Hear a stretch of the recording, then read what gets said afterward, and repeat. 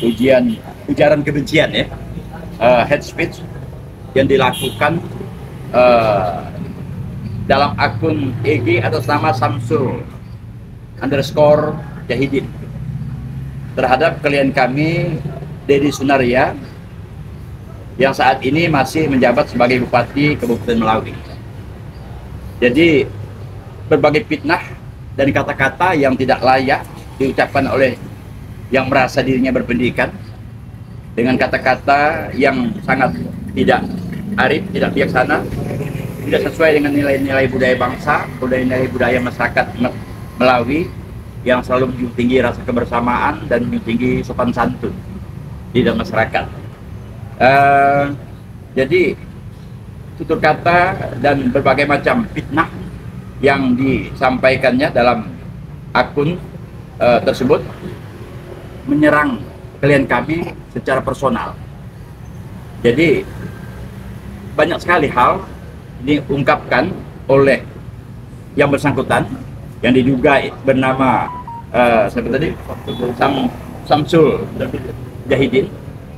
Ini patut diduga Samsul Jahidin ini telah melakukan tindak pidana tentang pencemaran nama baik, tentang memprovokasi masyarakat sehingga masyarakat Melawi terpecah belah dengan berbagai macam isu-isu yang dikembangkan, yang disampaikan oleh yang bersangkutan.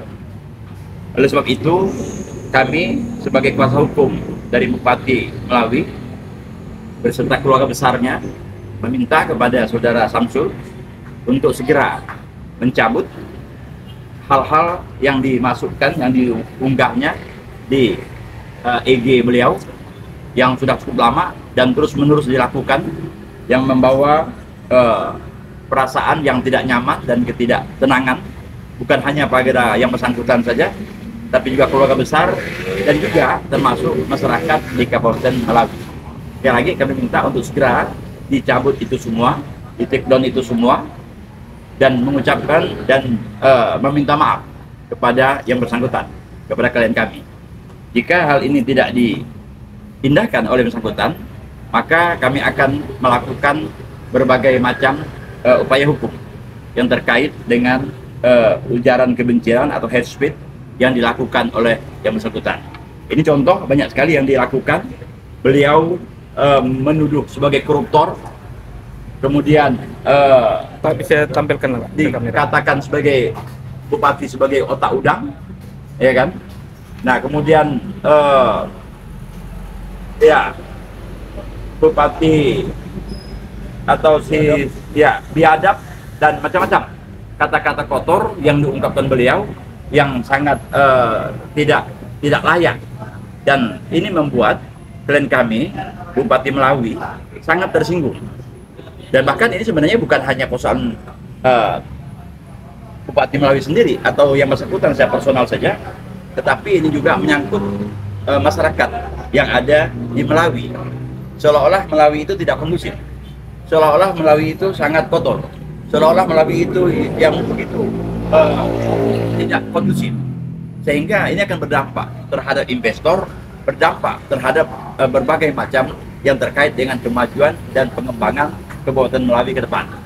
Kalaulah ini berkaitan dengan pilkada, ya silakan kita bisa berusaha semaksimal mungkin untuk bisa masing-masing menarik simpati masyarakat, bukan dengan cara-cara kotor semacam ini, dengan menyampaikan informasi-informasi yang keliru, dengan memfitnah, dengan ungkapan koruptor dan sebagainya, ya kan? Nah sampai sekarang ini tidak terbukti kalau beliau itu dikatakan sebagai koruptor, dan tidak ada proses hukum apapun yang terjadi pada yang bersangkutan.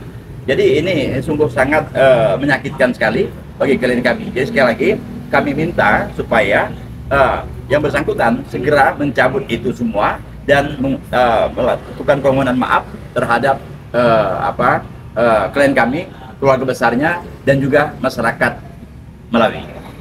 Ya, kita nggak tahu ya. Yang jelas bahwa informasinya yang bersangkutan ini berdomisili di Jakarta. Informasinya macam itu.